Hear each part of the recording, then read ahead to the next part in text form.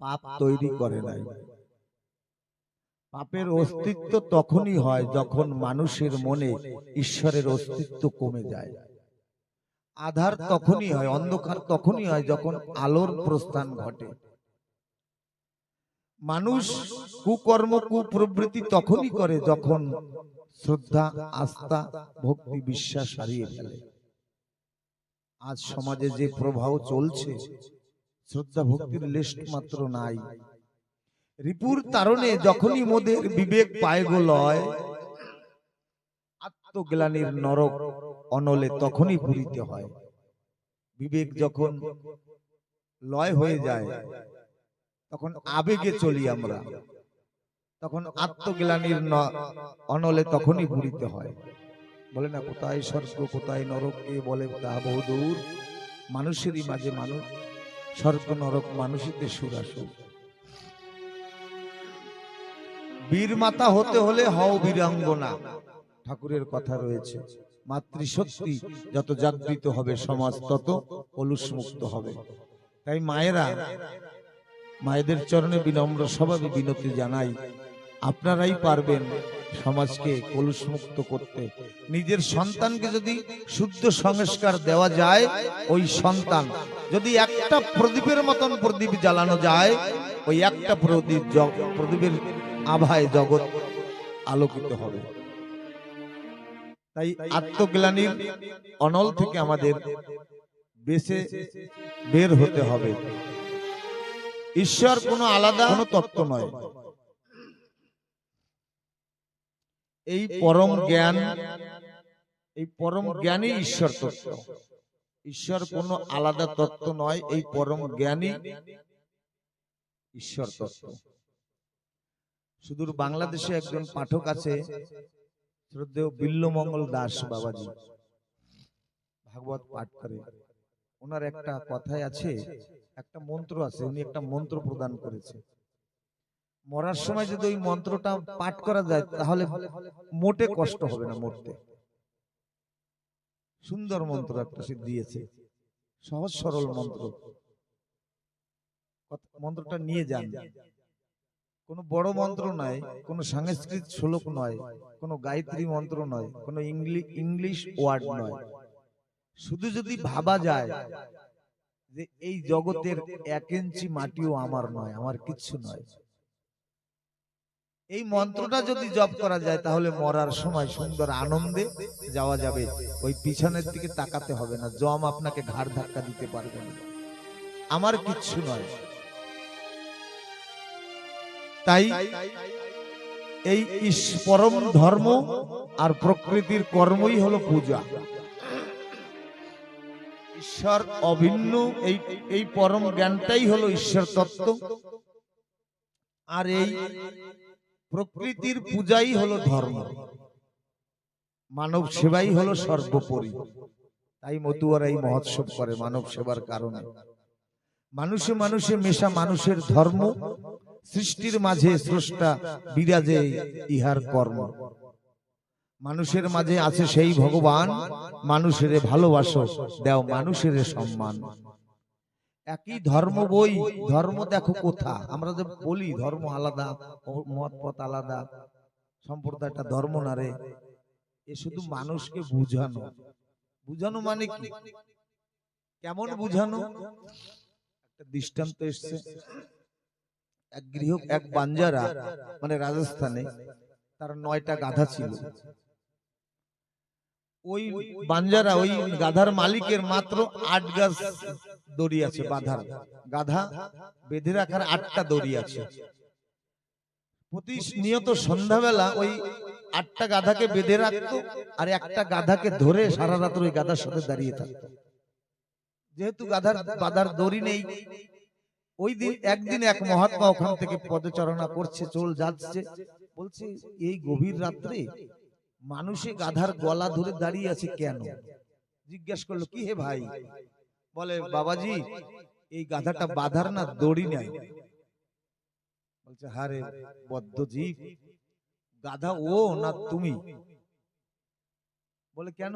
বলে, গাধাকে তোমার কাছে দড়ি নাই, অন্য গাধাকে যেমন প্রক্রিয়ায় তুমি বাঁধো, ওই গাধাটাকে অমনি করে অভিনয়ের মাধ্যমে বাঁধো, বেঁধে তুমি গিয়ে ঘুমাও, দেখবে গাধাটা নড়বে না।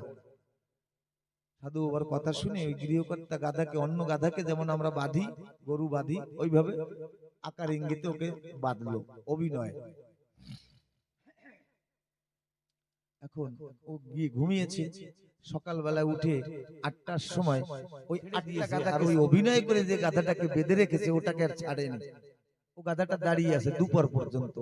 গৃহকর্তা মনে মনে ভাবছে ওকে তো আর বাঁধি নাই, তো ও 8টাকে ছেড়ে দিলি ও সঙ্গে সঙ্গে যাবে, কিন্তু গাধা তো জানে আমার মালিক আমাকে রাত্রে এমনি এমনি করে বেঁধে রেখেছে।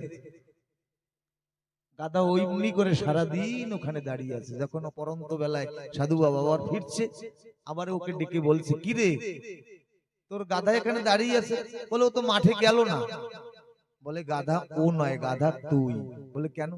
বলে রাত্রে যেভাবে ওকে অভিনয় করে বেঁধেছিলি সেইভাবে অভিনয় করে ওই গাধার সঙ্গে ছাড়তে হতো।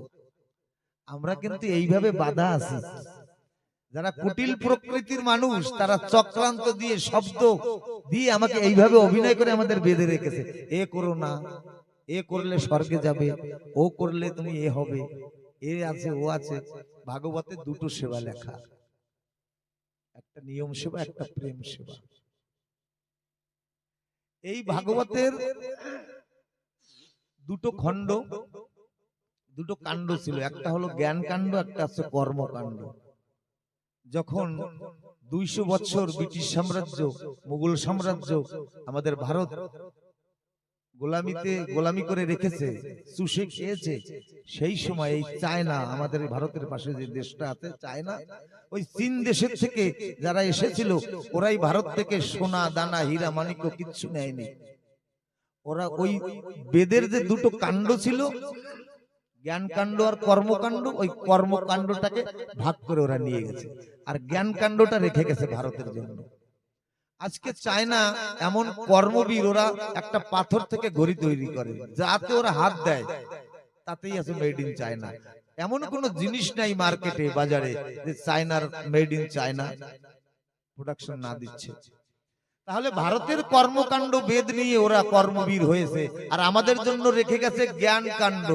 আমরা জ্ঞান ভুরি ভুরি পেয়ে, বিজয় বাবু লিখছেন না, ও তোর জ্ঞানাস্ত্রে ধার বেড়েছে শাস্ত্র ঘর্ষণে। শাস্ত্র পড়ে পড়ে জ্ঞানাস্ত্রে এইরকম ধার করেছি, মানুষকে তো কাটি কাটি, ওই গাধার মতন তো মানুষকে প্রলোভন দিয়ে বুঝিয়ে রাখি, আর আমরা আছি গাধার মতন ধর্মভীরু। তারা ওই জ্ঞান অর্জন করে আমাদের ওই গাধার মতন এইভাবে বেঁধে রেখে যুগ যুগ ধরে আমাদের তারা চড়িয়ে খাচ্ছে। তাই ধর্ম একই ধর্ম, বই ধর্ম দেখো কোথা, হিন্দু ধর্ম খ্রিস্ট ধর্ম বলা শুধু বৃথা। একই মূল তত্ত্ব রয় সর্বধর্ম মাঝে, প্রণালী পৃথক শুধু রীতিনীতি কাজে। এই প্রণালীতে পৃথক। এই নিয়ম সেবা যতদিনে চলবে ততদিনে এই প্রেম সেবার অধিকার আসবে না। প্রেম সেবা কেমন? আপনারা যদি কেউ কালনায় গিয়ে থাকেন, কালনা পশ্চিমবঙ্গে, ওখানে ভবা পাগলার আশ্রম রয়েছে। ভবা পাগলার আশ্রমে বাথরুমে, ল্যাট্রিন ঘরে মা কালীর ছবি টানানো আছে। মা কালীর ফটো ভালো বড় করে ফটো বাঁধিয়ে ওখানে টানিয়ে রাখছে, পায়খানা করে। একজন দার্শনিক বা সাংবাদিকরা ওখানে গেলেন, ভবা পাগলাকে বলছেন, আপনি কেমন মাতৃভক্ত সন্তান, অপবিত্র জায়গায় মাকে রেখেছেন। ভবা পাগলা বলছে, তাই? তাহলে চণ্ডীতে যে কথাটা তোমরা লিখেছ যে সর্বভূতে,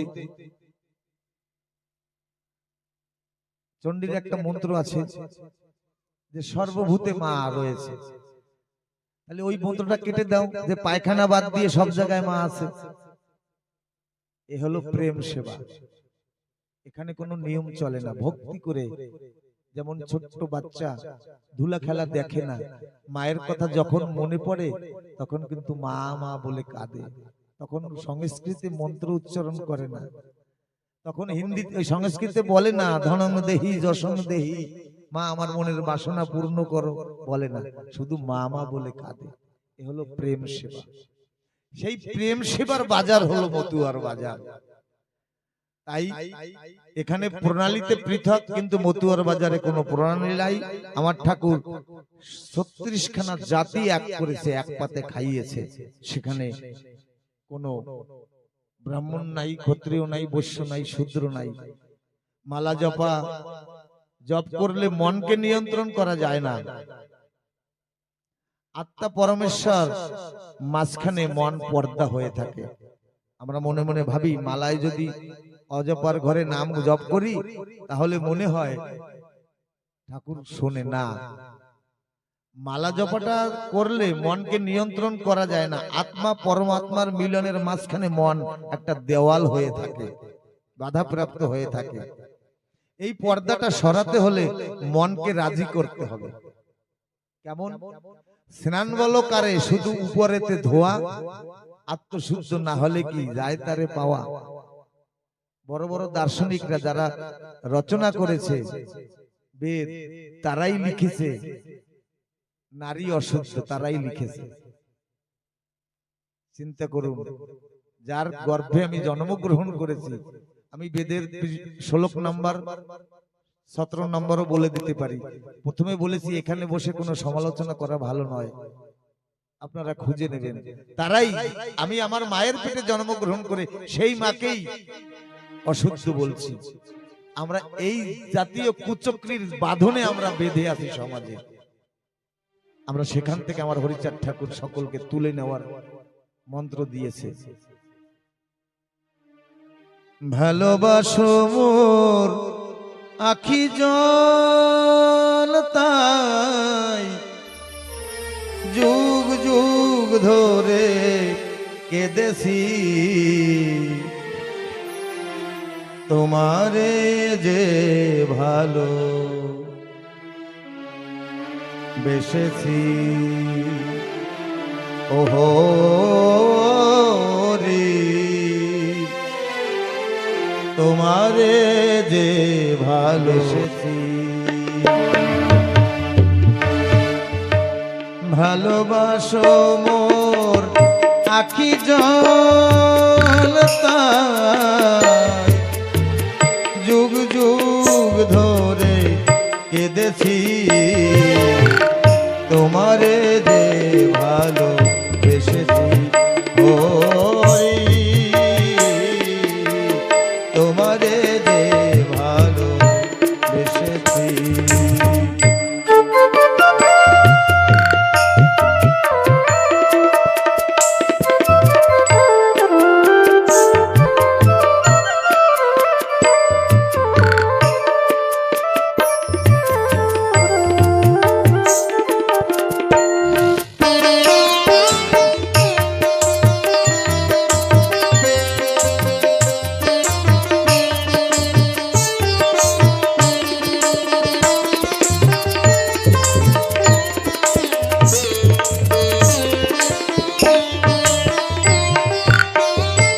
সারাটি জীবন দিয়েছ দিয়েছ কেবল হেলা, হে পাষাণ মন আমারে লয়ে যে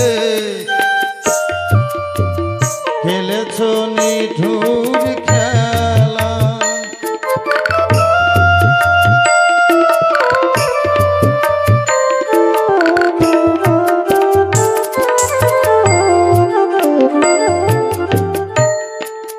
এই কীর্তনখানা এক মহাজনের পদে আছে, গানই সর্বশ্রেষ্ঠ সাধনার মূল। এই কীর্তনখানা আমাদের সবার প্রিয়, সবার শ্রদ্ধার পাত্র এমপিবি 83 নম্বরের কালীপদদা গাইতেন। সেই পুণ্য আত্মাকে আজ এই রাতের আধারে এমবি 48 নম্বর গ্রামে লীলা কথার মাধ্যমে সেই পুণ্য আত্মাকে আমার অর্ঘ্য ভক্তিপূর্ণ প্রণাম জানাই। সারাটি জীবন দিয়েছ কেবল হেলা,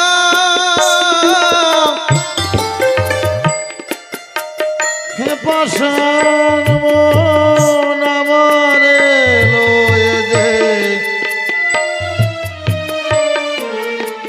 খেলেছ নিঠুর খেলা বারে বারে তাই তোমারই দুয়ারে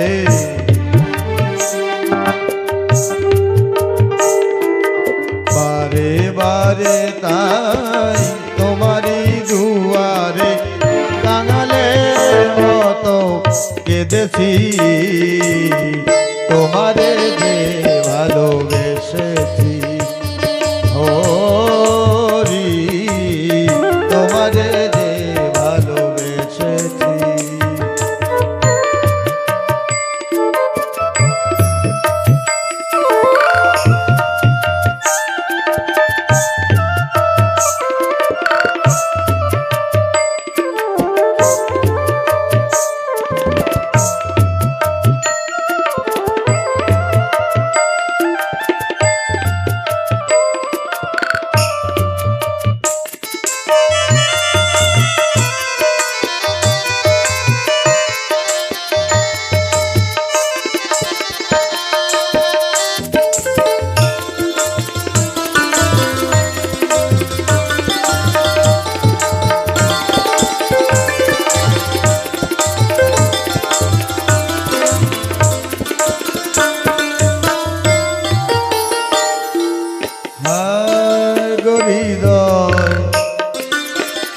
বারে বারে মোরে হায় গরিদয় বারে বারে মোরে করিয়াছ অপমান হায় গরিদয়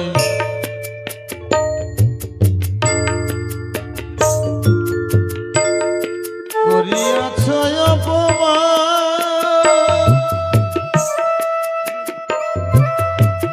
তবু হে পাষাণ তোমারে আমার হৃদয়ে করেছি দান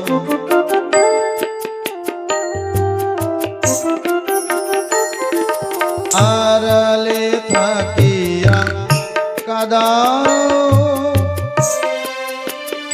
যখন কাঁদি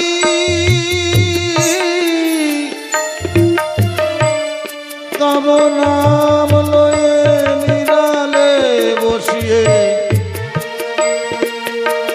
বিনাটি আমার সাধি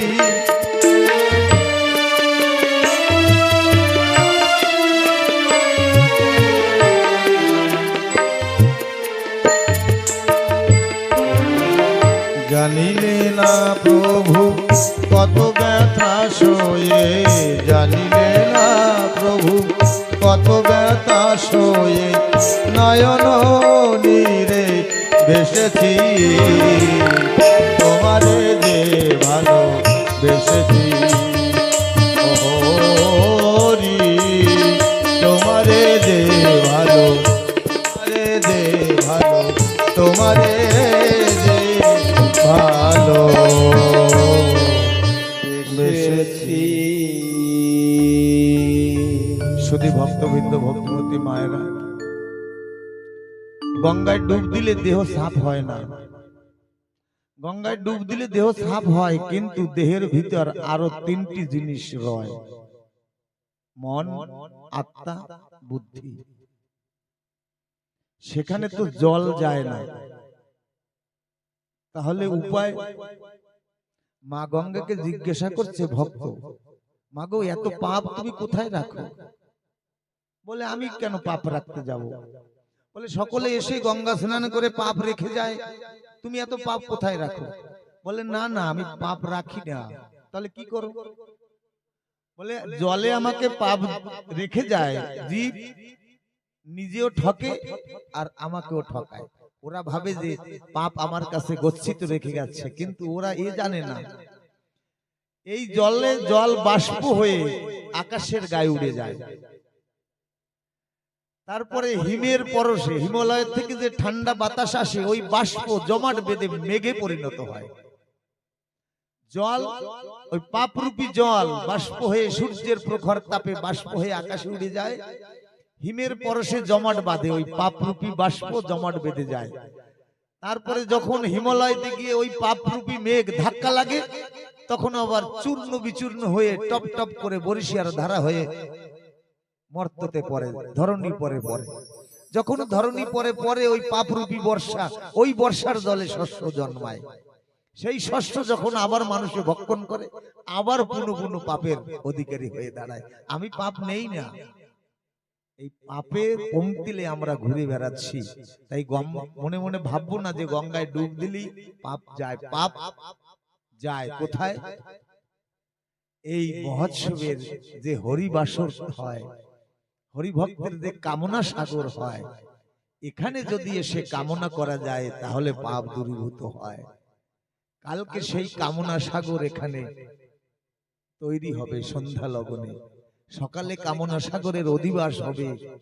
সকল ভক্তগণ, সকল ভক্তিবতী মায়েরা এসে সেই কামনা রূপী মা গঙ্গাকে আনয়ন করে রাখবে। সেই ভক্তিরূপী দিয়ে, ভক্তিরূপী গঙ্গা দিয়ে সন্ধ্যা লগনে কামনা সাগর হবে। সেই কামনা সাগরে এসে যদি গড়াগড়ি দিয়ে কামনা করা যায় তাহলে পাপ দূরীভূত হবে। নচেত ওই যত পঞ্জিকার তিথি দেখে আপনারা ওই কুম্ভ মেলায় যান আর স্নান করতে যান, পাপ দূর হবে না।